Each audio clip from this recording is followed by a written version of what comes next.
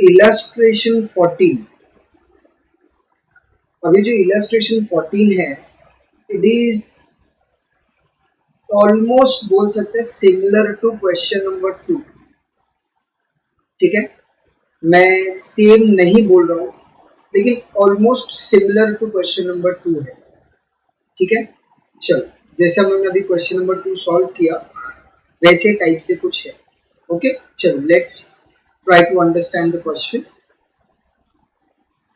A company manufactures two products, A and B, and the budgeted data for the year. अब यहाँ पे ये थोड़ा इंपॉर्टेंट है, फॉर द ईयर।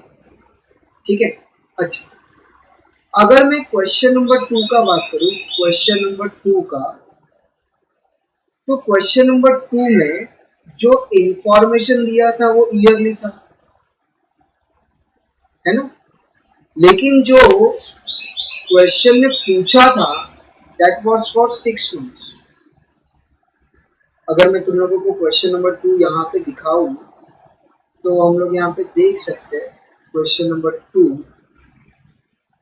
तो लेट्स सी कि इस क्वेश्चन में अगर हम लोग ध्यान से देखें तो जो डेटा दिया था वो डेटा क्या था, फॉर द ईयर एंडिंग 31 दिसंबर था, मतलब पूरे साल भर का डेटा, राइट। और जो क्वेश्चन में पूछा था that was for prepare for 6 months, है ना, यहाँ देखो 30 जून। तो डेटा था पूरे साल का और क्वेश्चन सिर्फ 6 महीने का था, राइट। तो अब अपना जो क्वेश्चन नंबर 14 है अभी के क्वेश्चन में, उसमें क्या है वो समझते जरा। पहली बात तो जो क्वेश्चन दिया है वो फॉर द ईयर बोला है, मतलब पूरे साल का, राइट। और उसके साथ में अगर यहां पे देखोगे तो इसने बोला है prepare a production budget for each month. अच्छा, अब ईच मंथ तो बोला है बट कितने महीने का वो मालूम ही नहीं है। तो अब इसमें सवाल ऐसा बनता है जितने महीने का इंफॉर्मेशन दिया रहेगा उतने महीने, ठीक, समझेंगे, कोशिश करते चलो। अब अगर मैं इस क्वेश्चन का बात करूं तो सेलिंग प्राइस दिया है, कितना है, 100 दिया और 75 दिया, जैसे लास्ट सब में भी दिया था। फिर मटेरियल है 20 एंड 10। अच्छा, लास्ट सब में सेलिंग प्राइस नहीं दिया था, लास्ट क्वेश्चन में हम लोगों को सिर्फ प्रोडक्शन कॉस्ट पूछा था। क्या पूछा था? प्रोडक्शन कॉस्ट, जिसमें मटेरियल था, वेजेस था, ओवरहेड्स था, वो सब था, राइट। फिर डायरेक्ट वेजेस दिया है, वो भी कोऑर्डिनेट दिया है 5 एंड 4। लेकिन ये जो वर्क्स ओवरहेड है या मार्केटिंग ओवरहेड है ये हम लोगों को टोटल में दे दिया।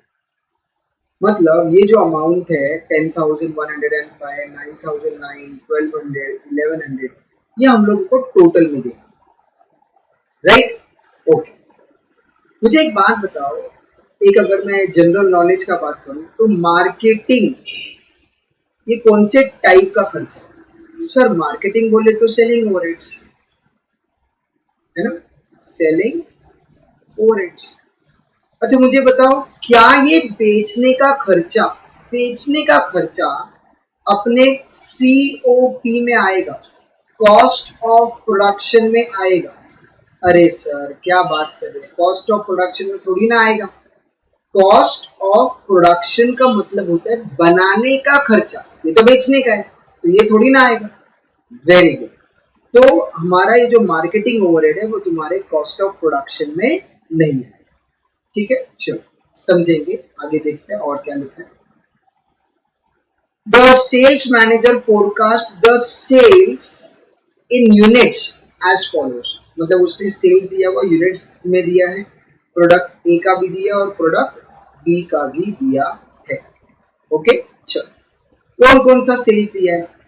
जैन, फेब, मार्च, अप्रैल, मई, जून और जुलाई से लेके जनवरी नेक्स्ट ईयर तक, मतलब जुलाई, अगस्त, सितंबर, अक्टूबर, नवंबर, दिसंबर, जैन, सब के लिए मंथली 18 और 20 ही रहेगा। क्लियर? तो जैन फेब मार्च अप्रैल मई जून तक दिया है, जुलाई अगस्त सितंबर अक्टूबर नवंबर दिसंबर और अगले साल का जैन, ये सब प्रोडक्ट ए बोला तो 18 यूनिट्स और प्रोडक्ट बी बोला तो 20। अंडरस्टूड? मतलब तुम लोगों को इनऑल अगर मैं देखने जाऊं जैन से लेके जैन तक का इंफॉर्मेशन दिया, मतलब 13 महीने का इंफॉर्मेशन। कितने महीने का है? 13 मंथ्स। ठीक है, चलो देखते हैं और क्या लिखा है। It is assumed that there will be no work in progress at the end of any month, मतलब वर्क इन प्रोग्रेस नहीं है। ओके, अब इंपॉर्टेंट पॉइंट ये है, क्या बोल रहा है? फिनिश्ड यूनिट मतलब closing stock, finished unit equal to half the sales for the following month, मतलब नेक्स्ट मंथ है ना, following month will be kept in stock. और यही चीज तो हम लोग ने क्वेश्चन नंबर 2 में भी किया था। फॉलोइंग मंथ मतलब होता है नेक्स्ट मंथ, अगले महीने में जो तुम बेचने वाले हो उसका आधा अभी मेरा क्या होना चाहिए? Closing stock. ठीक है, और क्वेश्चन में क्या बोला है? प्रिपेयर करने बोला है, प्रोडक्शन बजट बनाने को बोला है फॉर ईच मंथ, और बोला है summarised profit and loss statement for the year. अच्छा, जरा समझने वाला बात क्या वो समझो। जो क्वेश्चन नंबर 2 था उसमें प्रोडक्शन बजट बोला था 6 महीने का, और ना उसने पूछा था प्रोडक्शन कॉस्ट। इसने प्रोडक्शन कॉस्ट नहीं पूछा है, इसने सीधा बोला है summarised profit and loss statement. अब सवाल ये बनता है sir profit and loss statement का मतलब क्या? याद रखना, प्रॉफिट का मतलब होता है sales minus cost of sales, तभी प्रॉफिट मिलता है। सर कॉस्ट ऑफ सेल्स का मतलब क्या बोलने का कोशिश कर रहे हो आप? मैं ये बोलने का कोशिश कर रहा हूं कि प्रॉफिट इज इक्वल टू जो बेचा माइनस उसी का कॉस्ट, तभी प्रॉफिट मिलेगा। मान लो तुमने 100 यूनिट्स बनाए, कॉस्ट कितने पे होगा? 100 पे। प्रोडक्शन कॉस्ट कितने पे होगा? 100 पे। मैंने 100 में से 40 यूनिट बेचा, बताओ प्रॉफिट कितने पे होगा? सर प्रॉफिट तो 40 पे होगा। तो मुझे बताओ प्रॉफिट कैलकुलेट कैसे करोगे? 40 का सेल्स माइनस 40 का कॉस्ट। तो मेरा बोलने का मतलब वही है कि जब तुम लोग प्रोडक्शन बजट बनाओगे तुमको पता चलेगा what is your production, what is your production. तुमको ये भी पता चलेगा कि प्रोडक्शन का कॉस्ट कितना है। बट हमको प्रोडक्शन का कॉस्ट नहीं चाहिए, हमको चाहिए कॉस्ट ऑफ सेल्स, मतलब जो बेचा उसका कॉस्ट। सर क्यों? अरे हमको प्रॉफिट ढूंढना है ना। तो प्रॉफिट कैसे मिलेगा? Sales minus cost of sales. समझा मैंने क्या बोला? और दूसरा इंपॉर्टेंट पॉइंट ये भी है कि अगर मैं कॉस्ट ऑफ प्रोडक्शन ढूंढ रहा हूं तो उसमें अंदर मटेरियल का खर्चा आएगा, वेजेस आएगा और वर्क्स ओवरहेड आएगा। लेकिन अगर मैं प्रॉफिट का बात कर रहा हूं तो उसमें मेरे खर्चे में मार्केटिंग एक्सपेंस का खर्चा भी माइनस होने वाला है अगर मुझे प्रॉफिट कैलकुलेट करना है। तो अगर मैं कॉस्ट ऑफ प्रोडक्शन ढूंढ रहा हूं तो आएगा ही, लेकिन अगर मैं प्रॉफिट ढूंढ रहा हूं तो वो खर्चा मुझे माइनस करना पड़ेगा। समझा? ठीक है, नहीं समझा कोई बात नहीं, let's try to see the answer, अपने आप सब कुछ समझ में आएगा। चलो सॉल्यूशन देख लेते हैं कैसे करना है। तुम लोग फॉर्मेट पहले अपने मन से बना लेना, ठीक है? कॉपी नहीं करना कुछ भी, और एल्स मजा नहीं आएगा। चलो तो पहले हम लोग बात कर लेते हैं सिर्फ और सिर्फ प्रोडक्ट ए का। किसका बात करते हैं? प्रोडक्ट ए का। तो यहाँ पे क्या लिखा है? प्रोडक्शन बजट बोल दिया, production budget in number of units. कभी भी production budget number of units में ही होता है। ये दिया है प्रोडक्ट ए का इंफॉर्मेशन। किसका दिया है? प्रोडक्ट ए का। चलो बताओ प्रोडक्ट ए का क्या है? 28, 28, 24, 20। देखो यहाँ पे 28, 28, 24, 20। Very good. 16, 16, 18, 16, 16, 18। और ये जो 18 है वो जुलाई से लेके जैन तक सेल है। तो देखो जुलाई अगस्त में भी 18, सितंबर, अक्टूबर, नवंबर, दिसंबर सब में 18। याद रखना जैन में भी 18 ही बोला है, जैन जो नेक्स्ट मंथ है वो भी 18। सर वो क्यों दिया है? अरे गधे, क्लोजिंग चाहिए ना हम लोग को, तो जो नेक्स्ट ईयर का सेल्स रहेगा उसी का तो आधा क्लोजिंग आएगा। Very good. चलो प्रोडक्शन बजट का फॉर्मेट बताओ फटाफट। सर प्रोडक्शन बजट का फॉर्मेट आएगा sales plus what, closing stock minus what, opening stock, तब जाके हम लोग को मिल जाएगा प्रोडक्शन। ओके चलो क्लोजिंग स्टॉक कैसे आएगा? क्लोजिंग स्टॉक अगले महीने के सेल्स का आधा, देखो जरा 28 का आधा 14, 24 का आधा 12, 20 का आधा 10, 16 का हाफ 8, 16 का हाफ 8, 18 का हाफ 9, 18 का हाफ 9, 18 का हाफ 9, 9, 9, 9, और अगर याद रहेगा तो जैन में भी 18 था, तो ये भी क्या आएगा 9, क्योंकि जैन का जो सेल्स है दैट इज 18। क्लियर? ओके अब यही क्लोजिंग अगले महीने में क्या बन जाएगा, ओपनिंग। तो आई होप ये तुम लोग को समझ में आ रहा है, ये जो क्लोजिंग है वो अगले महीने में क्या बन रहा है, ओपनिंग, एंड सो ऑन, बाकी सब के लिए भी वैसे ही रहेगा, बराबर है ना। तो जो क्लोजिंग है वो अगले महीने में क्या बनेगा, ओपनिंग। ना मुझे एक बात बताओ, जैन का सेल्स क्या है? सर 28, तो दिसंबर का क्लोजिंग क्या आएगा? सर 14, क्योंकि 28 का हाफ, दिसंबर का क्लोजिंग मतलब वही क्या बनेगा, जैन का ओपनिंग। तो दिसंबर का क्लोजिंग इज 14, इसीलिए जैन का ओपनिंग विल बी 14। तो अब अगर मैं ध्यान से देखूं, सेल्स क्वेश्चन में दिया है, क्लोजिंग मैंने ढूंढ लिया, ओपनिंग मैंने ढूंढ लिया, मेरे को बैलेंसिंग फिगर क्या मिल जाएगा, प्रोडक्शन। तो अगर मैं बात करूं प्रोडक्शन का, तो मेरे पास आ गया है प्रोडक्शन 28, 26, 22, 18, 16, 17, 18, 18, 18, 18, 18 एंड 18। Okay sure. अब मुझे बताओ, अगर मैं पूरे 12 महीने का टोटल करूं, तो मुझे एक बात बताओ, मैंने जैन के महीने में सेल्स कितना किया, 28, फेब में 28, मार्च, अप्रैल, मई, जून, तो पूरे साल भर में मैंने कितने यूनिट्स बेचे? सर 240। तो ये जो 240 है, ये है मेरा सेल्स, टोटल सेल्स, पूरे साल भर का सेल्स है ना। और ये जो 235 है सर, वो क्या है? वो 235 है मेरा प्रोडक्शन, पूरे साल भर का प्रोडक्शन, कि मैंने करंट ईयर में पूरे साल भर में कितने यूनिट्स बनाए। अगर मैं कॉस्ट ऑफ प्रोडक्शन का बात करूं, कॉस्ट ऑफ प्रोडक्शन तो 235 पे लगेगा, लेकिन अगर मैं प्रॉफिट कैलकुलेट कर रहा हूं, प्रॉफिट, उसके लिए जो मुझे कॉस्ट चाहिए वो कॉस्ट लगेगा 240 पे। कितने पे लगेगा? 240। I hope you are understanding this, है ना।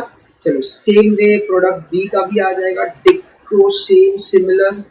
प्रोडक्ट बी का सेल्स दिया है, क्लोजिंग तुम नेक्स्ट ईयर के सेल्स का आधा ले लो, नेक्स्ट मंथ के सेल्स का, माइनस कर दो ओपनिंग। ये ओपनिंग कहां से आएगा मेरे को बताओ फटाफट, ये वाला ओपनिंग कहां से आएगा? ये जो 10 है, ये 10, ये जैन का सेल्स है, तो जैन के सेल्स का आधा मतलब 5, ये दिसंबर का क्लोजिंग, दिसंबर का क्लोजिंग मतलब जैन का ओपनिंग, बाकी का सब item is going to remain same. तो इजीली वी कैन कैलकुलेट क्या, प्रोडक्शन।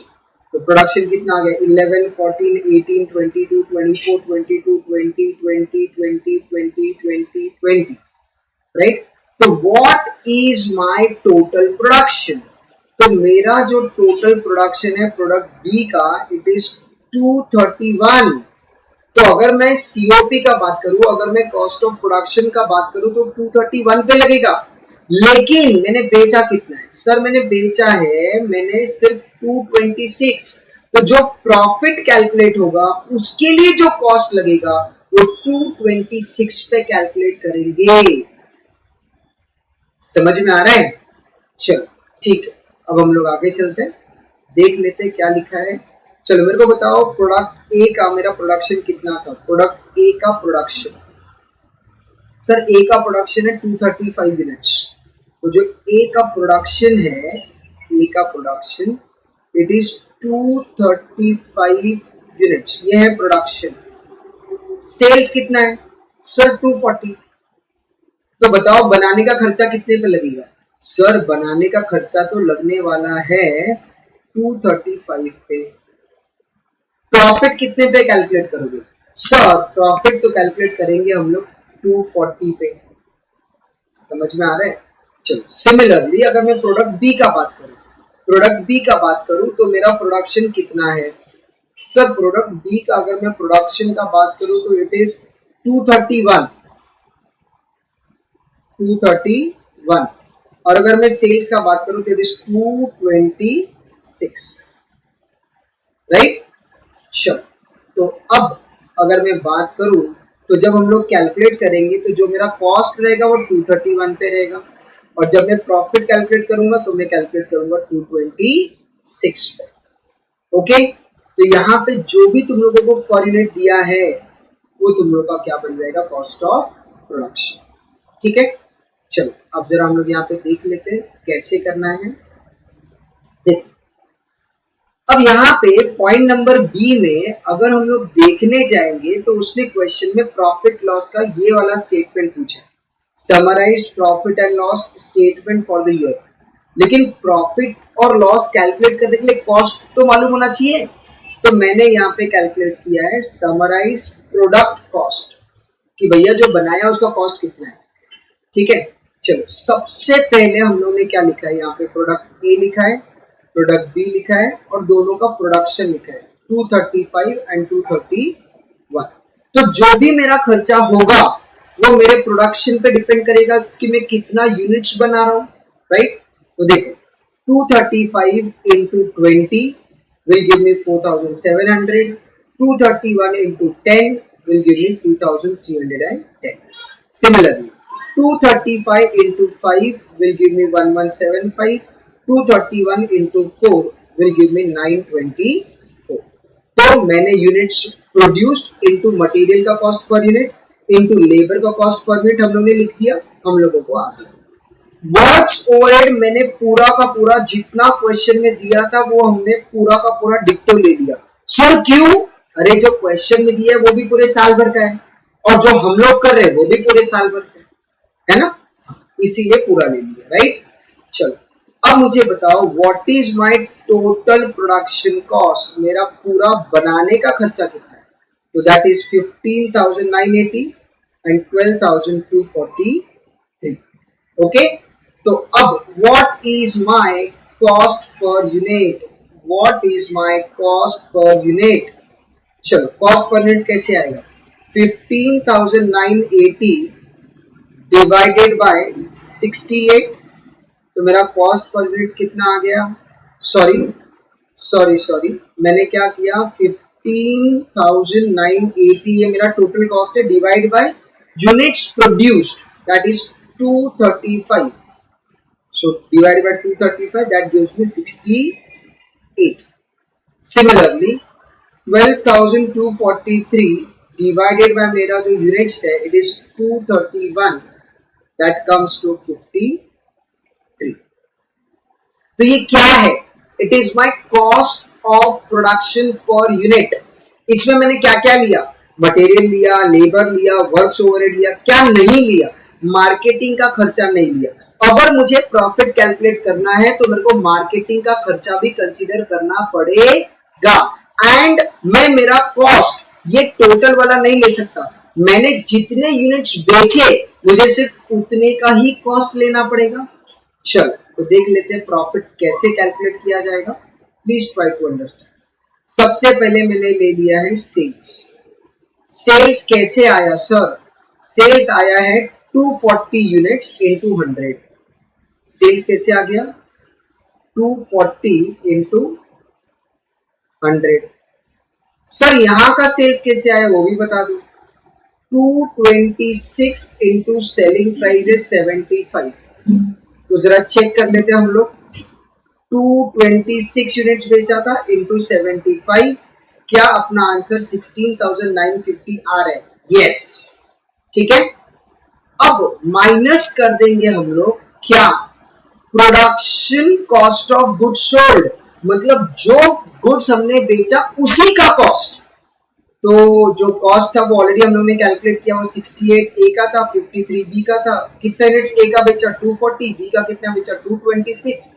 सो 240 इंटू 68, थोड़ा सा अमाउंट ऊपर नीचे हो गया है, वो यहाँ पे है।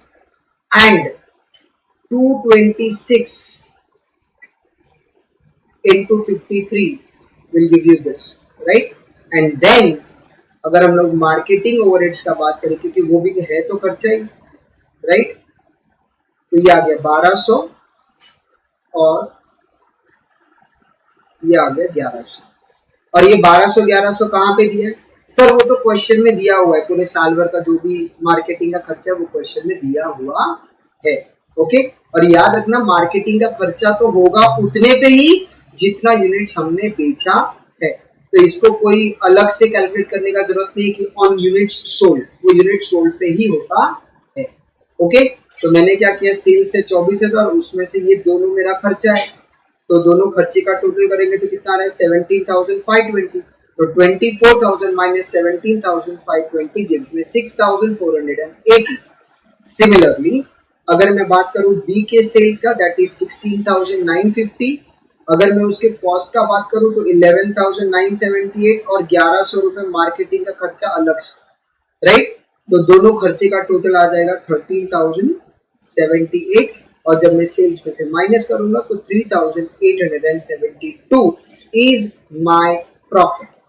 और अगर मैं टोटल का बात करूं, टोटल का, तो ये है मेरा टोटल सेल्स माइनस कर दिया total cost, so this is my total profit. ये क्या अपना टोटल। कुछ समझ में आया क्या? Sure, good. फटाफट इसको सम को सॉल्व कर लो बिना देखे। Okay, sure. अब हम लोग आ जाते हैं नेक्स्ट क्वेश्चन पे, and that next question is illustration 15। ठीक है, अब इलस्ट्रेशन 15 कैसे करना है, let us try to understand. बहुत ज्यादा इजी है, सब पूरा गेम है ना फॉर्मेट है। फॉर्मेट अच्छे से समझ में आ गया मतलब काम खत्म हो गया। Please it is my request कि पूरा का पूरा एक्सप्लेनेशन अच्छे से वीडियो में देख लो, समझ लो, क्वेश्चन कैसे रीड किया जाता है वो देख लो, वो समझ लो, दैट इज मोर इम्पोर्टेंट। एक एक वर्ड जो मैं अंडरलाइन कर रहा हूँ उस पर अच्छे से फोकस करो, and then try to do it on your own. ठीक है, चलो इलस्ट्रेशन 15 देख लेते हैं क्या लिखा है। Three articles XYZ are produced in a factory. तो तीन प्रोडक्ट बोल सकते हैं X, Y and Z। They passes through two cost centres, centre A and B। तो दो कॉस्ट सेंटर है, एक है सेंटर A और एक है centre B। Okay, from the data furnished compile a statement of for budgeted machine utilisation in both the centres. अच्छा sir ये क्या नया है, ये कौन सा क्वेश्चन आ गया अभी नया? सुनो ध्यान से। मान लो फॉर एग्जांपल मेरे पास एक मशीन है, ठीक है, मैंने उसको टोटल 100 घंटा यूज किया। कितना? 100। और उस 100 घंटे में मैंने तीन प्रोडक्ट बनाए, A, B और C। A को लगे 40 घंटे, B को लगे 40 घंटे और C को लगे 20 घंटे। तो इसको हम लोग बोलते हैं कि मशीन को हमने यूटिलाइज किया। कितने hours? 40 hours for A, 40 hours for B and 40 hours for C। तो इसको हम लोग बोलते हैं मशीन का यूटिलाइजेशन, कि मशीन को हम लोग ने कौन कौन से प्रोडक्ट के लिए यूज किया और कितने आवर्स यूज किया।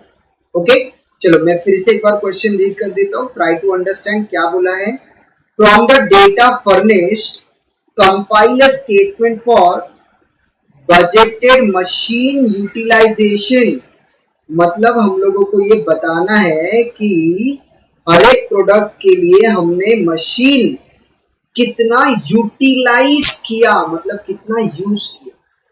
ओके, तो मशीन कितना यूज किया वो तो डिपेंड करता है कि तुमने कितना प्रोडक्शन किया।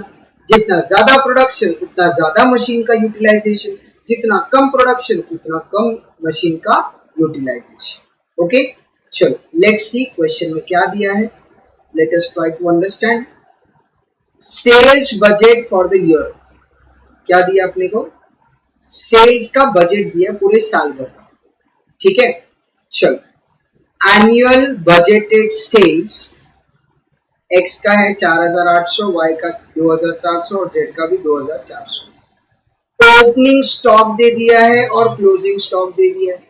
ओपनिंग स्टॉक कितना दिया है? 600, 300, 800। अब क्लोजिंग स्टॉक क्या लिखा है?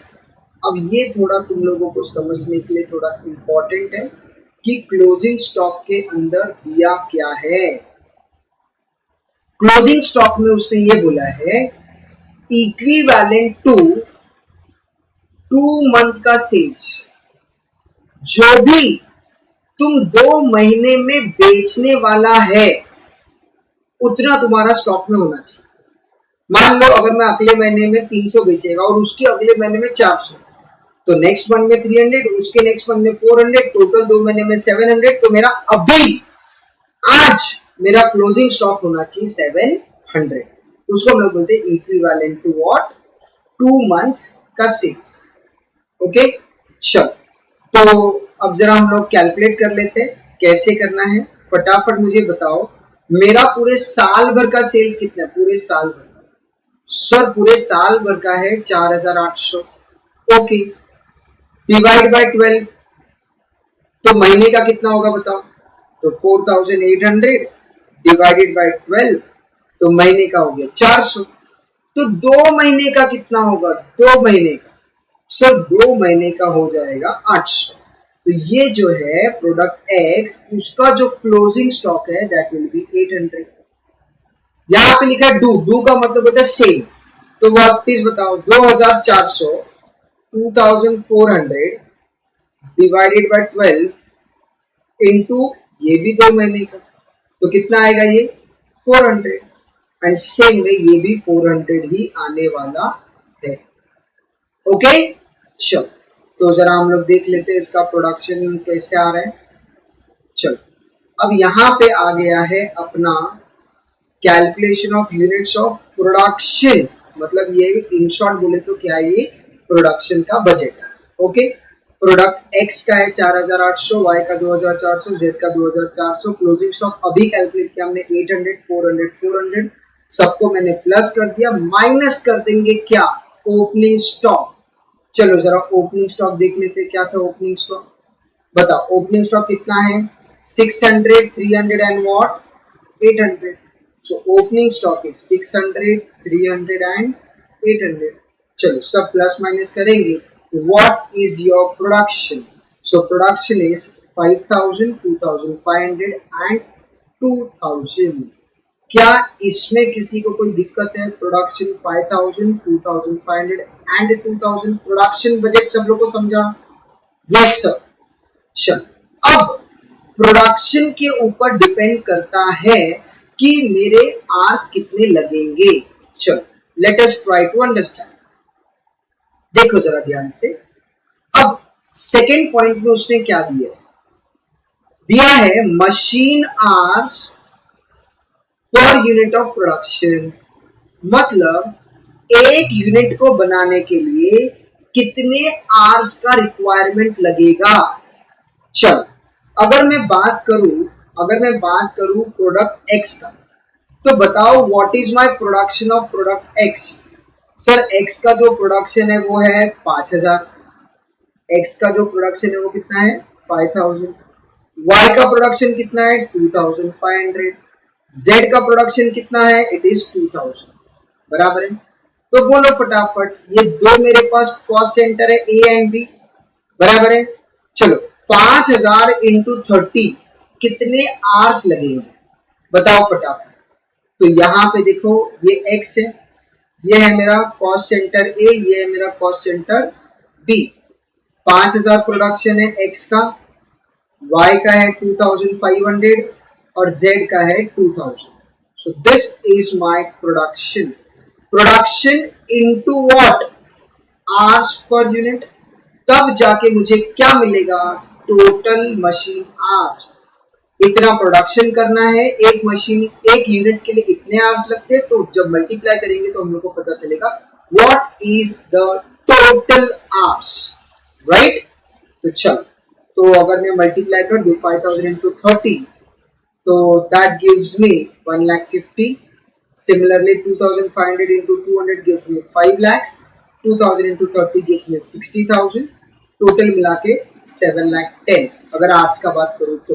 5,000 into 70 is 3,50,000. 2,500 into 100 is 2,50,000 and 2,000 into 20 gives me 40,000. Clear? Okay. अब अगर मैं क्वेश्चन को आगे रीड करूं तो पॉइंट नंबर डी हम लोग पहले रीड करते। क्या लिखा है देखो, total working hours during the year estimated 2,500 hours per machine. मतलब एक मशीन जो है, एक मशीन पूरे साल भर में सिर्फ 2,500 आवर्स काम कर सकता है। कितना आवर्स? 2,500 आवर्स।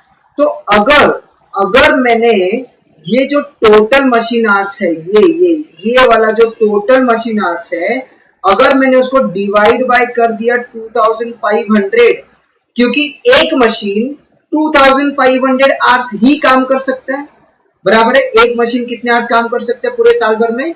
2,500 आवर्स। तो 1,50,000 डिवाइडेड बाय 2,500, आंसर इज 60। इसका मतलब मुझे यहां पे 60 मशीन्स लगेंगे। समझ में आया? सिमिलरली 5 lakhs डिवाइड बाय 2,500, मुझे 200 मशीन यहां पे लगेगा। 60,000 डिवाइड बाय 2,500, मुझे 24 मशीन्स यहां लगेगा। इन शॉर्ट, अगर मैं इन तीनों को प्लस करूं, 60 प्लस 200 प्लस 24, टोटल आएगा 284। मतलब मुझे टोटल 284 मशीन्स चाहिए। अब अगर मैं यहाँ पे क्वेश्चन देखूं तो यहाँ पे देखो, उसने क्वेश्चन में ऑलरेडी हम लोग को दे दिया है total number of machine cost centre A में there is 284 machines and B का अगर हम लोग चेक करें तो it is 256 machines, total 540 machines. Sir एक बात समझ में नहीं आ रहा है कि इन लोग ने टोटल नंबर ऑफ मशीन तो हम लोग को दे दिया है, तो हम लोग क्या कैलकुलेट कर रहे हैं? अरे भैया वही तो उसने क्वेश्चन में पूछा है। क्वेश्चन में उसने ये पूछा है मशीन यूटिलाइजेशन बजट बनाओ। मशीन यूटिलाइजेशन बजट का मतलब क्या होता है कि मेरे पास टोटल 284 मशीन्स है, मेरे पास टोटल 256 मशीन्स है। तुम मुझे बताओ कि हम लोग ने इतने मशीन में से कितने कितने मशीन कहां कहां पे यूज किए, कौन से प्रोडक्ट में यूज किए, कहां पे उसको यूटिलाइज किया, उसी को तो हम लोग बोलते हैं यूटिलाइजेशन बजट। समझा मैंने क्या बोला? चलो, तो अब हम लोग आ जाते हैं सेंटर बी में। यहां पे अगर मैं पहला वाला बात करूं तो इट इज 3,50,000। सो चलो, 3,50,000 divided by 2,500 gives me 140.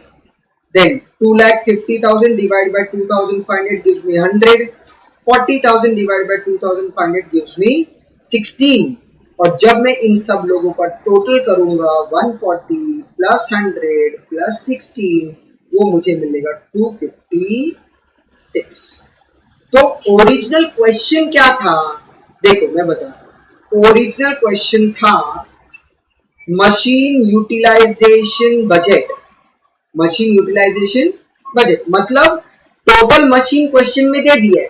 सिर्फ तुम मुझे ये बताओ कि कॉस्ट सेंटर ए में, कॉस्ट सेंटर बी में हम जो प्रोडक्ट बना रहे हैं, उस प्रोडक्ट के लिए कितने कितने मशीन्स हमने यूटिलाइज किए। Are you understanding? तो यहाँ पे हम लोगों को क्या करना है, मैं रिपीट कर देता हूँ। प्रोडक्शन करना है, प्रोडक्शन का units into hours per unit multiply करेंगे, टोटल आवर्स मिलेगा। एक मशीन पूरे साल भर में 2,500 घंटे ही काम कर सकता है, तो जितना भी टोटल आवर्स है डिवाइड बाय 2500 आवर्स, तो हम लोग को पता चल जाएगा कि उसके अंदर हमने कितना मशीन्स यूज किया है। क्लियर?